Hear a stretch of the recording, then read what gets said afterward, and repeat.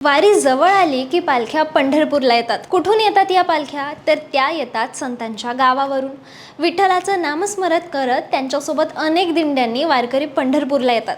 पालखीत संतांच्या पादुका असतात आणि त्याच रूपाने प्रतिकात्मकपणे हे संतही आपल्याबरोबर पंढरपूरला येत आहे अशी भावना वारकऱ्यांची असते.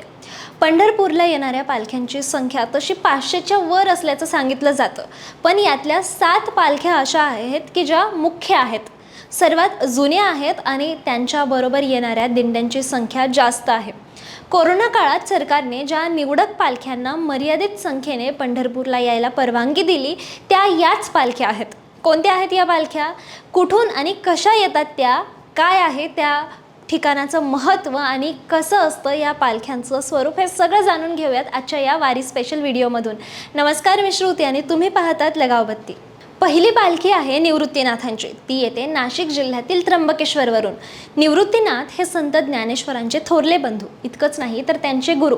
त्यामुळे वारकरी संप्रदायात निवृत्तीनाथांना मोठं स्थान आहे. निवृत्ती, सोपान आणि मुक्ताई ही ज्ञानेश्वरांची भावंड. निवृत्तीनाथांची ज्ञानेश्वरांच्या नंतर त्र्यंबकेश्वरला संजीवन समाधी घेतली. त्यांचं समाधी मंदिर तिथे आहे. याच त्र्यंबकेश्वरवरून निवृत्तीनाथांची पालखी निघते. ही पालखी सुमारे 450 अंतर पार करते. आषाढी एकादशीच्या 27 दिवस आधी ती त्र्यंबकेश्वरमधून निघते.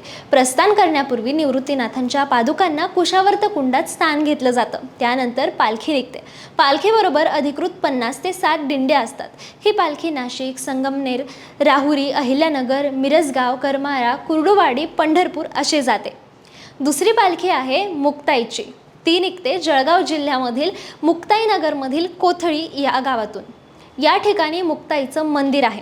संत ज्ञानेश्वरांच्या संजीवन समाधीनंतर मुक्ताई आणि इतर भावंड ज्यावेळी तीर्थयात्रा करत होते त्यावेळी याच ठिकाणी असताना मुक्ताई या वीज पडून त्यात अदृश्य झाल्याचं म्हटलं जातं.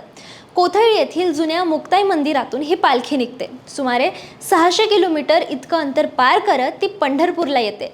ही पालखी जळगाव, बुलढाणा, जालना, बीड, सोलापूर अशा 5 जिल्ह्यांमधून प्रवास करते. 29 दिवसांचा तिचा मुक्काम असतो. ही पालखी पंढरपूरमध्ये आल्यावर दत्तघाटावरील मुक्ताई मठात विसावा घेते. नुकतंच उपमुख्यमंत्री शिंदे यांनी आपल्या मातोश्री स्वर्गवासी गंगूबाई संभाजी शिंदे यांच्या स्मृतिप्रित्यर्थ हा भव्य चांदीचा रथ मंदिर संस्थानला अर्पण केला. त्यामुळे चांदीच्या नव्या रथात ही पालखी आता पंढरपूरला जाणार आहे. तिसरी पालखी आहे पैठणची.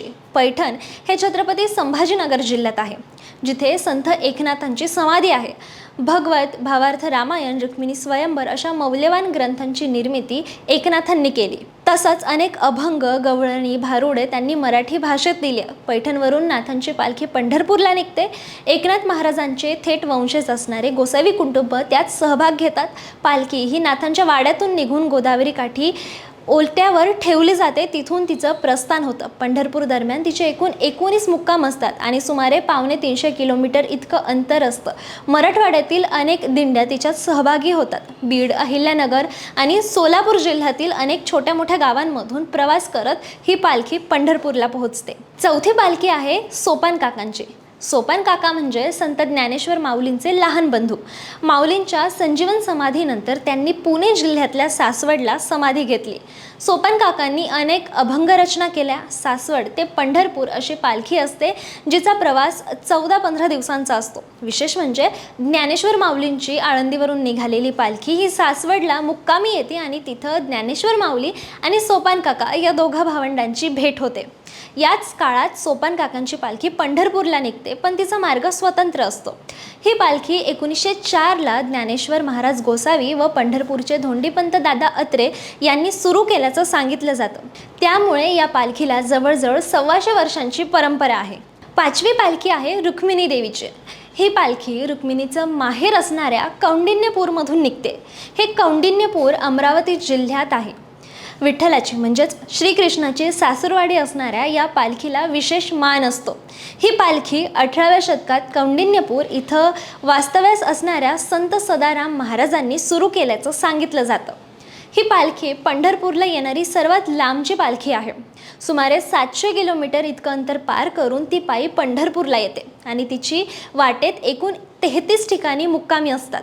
अमरावती, वाशिम, परभणी, बीड, धाराशिव, सोलापूर या 6 जिल्ह्यांमधून प्रवास करत पंढरपूरला जाते. पंढरपुरात आल्यावर या रुक्मिणी मातेला म्हणजेच कौंडिण्यपुराच्या पालखीला पंढरपूर संस्थानाकडून आहेर करण्याची प्रथा आहे. 6वी पालखी आहे संत ज्ञानेश्वर माऊलींची. ही पालखी सर्व पालख्यांमध्ये सर्वात मोठी पालखी असते. या पालखीची सुरुवात तशी संत तुकाराम महाराजांचे पुत्र नारायण बुवा यांनी केली. तुकाराम महाराजांच्या पादुका देहूवरून पंढरपूरला नेताना त्यांनी ज्ञानेश्वर माऊलींच्या पादुका सोबत नेल्या होत्या. पण त्यानंतर स्वतंत्र आणि मोठी अशी माऊलींची पालखी सुरू करण्याचं श्रेय जातं ते हैबत बाबांना. 1831ला त्यांनी ही पालखी सुरू केली. पुणे, सासवड, जेजुरी, लोणंद, फलटण, नातेपुते, माळशिरस, बेलापूर, वाखरी मार्गे ती पंढरपूरला जाते. सुमारे 250 किलोमीटर इतकं अंतर ती पायी पार करते. आपल्याला वारीच्या काळात जे वारीचे फोटो पाहायला मिळतात ते याच पालखीचे असतात. जेव्हा ही पालखी सासवडच्या अलीकडे असणाऱ्या दिवे घाटातून प्रवास करत असते, या पालखीचं महत्त्वाचं वैशिष्ट्य म्हणजे रिंगण. माऊलींच्या पालखीत 60 ठिकाणी रिंगण सोहळा होतो. याच पालखीच्या रिंगण सोहळ्याची संकल्पना नंतर इतर पालख्यांनी घेतली असून आज बऱ्याच पालख्यांमध्ये रिंगणं होतात. सुमारे 500 पर्यंत दिंड्या सहभागी असणारी माऊलींची पालखी ही सर्वात जुनी आणि सर्वात मोठी पालखी आहे. 7वी पालखी आहे ती संत तुकाराम महाराजांची. संत तुकाराम महाराज म्हणजे वारकरी संप्रदायाचे कळस. या संत तुकाराम महाराजांची पालखी त्यांच्या देहू गावातून निघते. या पालखीची सुरुवात संत तुकाराम महाराजांचे चिरंजीव नारायण बुवा यांनी केली. तशी ही सर्वात प्रथम सुरू झालेली पालखी असल्याचं मानण्यात येतं.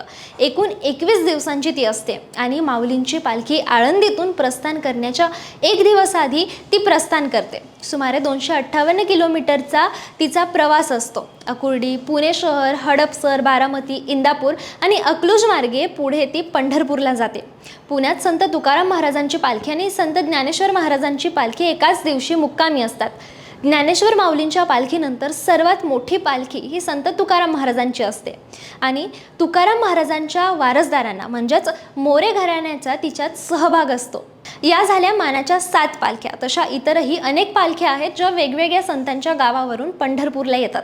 त्यात संत नामदेव महाराजांची पंढरपूर इथून, तसंच हिंगोली जिल्ह्यातील नरसी इथून, संत गोरोबा काकांची धाराशिव जिल्ह्यातील तेरे इथून, संत सावतामाळ यांची सोलापूर जिल्ह्यातील आरण इथून, तर संत निळोबारायांची अहिल्यानगर जिल्ह्यातील पिंपळनेर इथून, संत चांगदेव महाराजांची अहिल्यानगर जिल्ह्यातील पुंतांबा इथून, संत बहिणाबाई यांची छत्रपती संभाजीनगर जिल्ह्यातील शिवूर इथून आणि या सर्व पालख्या यांच्या रूपानं सर्व संत मंडळी पंढरपूरमध्ये आपल्या विठुरायाच्या भेटीला येतात. तुमच्या गावावरून किंवा आसपासच्या ठिकाणावरूनही पंढरपूरला पालखी येते का? कोणती आहे ती पालखी आम्हाला कमेंटमध्ये नक्की सांगा. आणि ही माहिती आवडली असेल तर जास्तीत जास्त लोकांपर्यंत शेअर करा आणि अशाच इंटरेस्टिंग व्हिडिओसाठी लगाव बत्तीला सबस्क्राईब करा.